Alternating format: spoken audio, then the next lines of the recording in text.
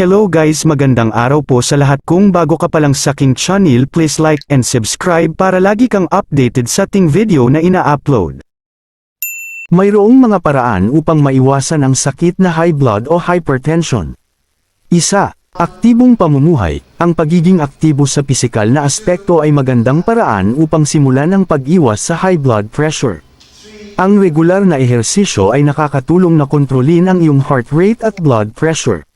Dalawa, balancing dieta. Kailangan mong kumain ng masustansyang pagkain at iwasan ang mga pagkaing mataas sa sodium at saturated fat. Kabilang dito ang pagkain ng maraming prutas, gulay, lean proteins, at whole grains. Tatlo, limitahan ang alak. Ang sobrang pag-inom ng alak ay maaaring magpataas ng iyong blood pressure. Kung umiinom ka, gawin ito ng may moderation.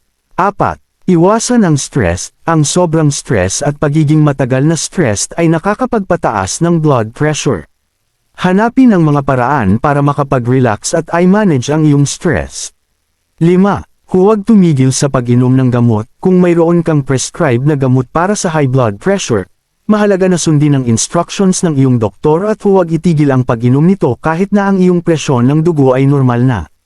6. Regular na check-up. Regular na pagpapa-check-up sa doktor para malaman ang iyong presyon ng dugo at ma-monitor ang iyong kalagayan.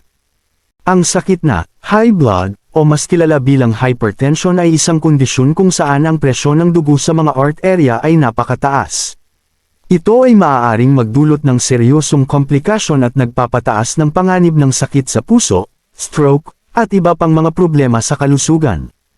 Ang hypertension ay maaaring maging sanhi ng iba't ibang mga kadahilanan tulad ng sobrang timbang, hindi aktibo na pamumuhay, paninigarilyo, pagkakaroon ng mataas na cholesterol sa dugo, at iba pa.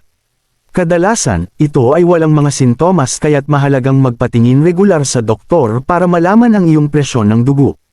Ang pagbabago sa estilo ng buhay tulad ng mas malusog na pagkain, regular na ehersisyo, at pag-iwas sa stress ay ilan sa mga paraan upang maiwasan o mapababa ang presyon ng dugo.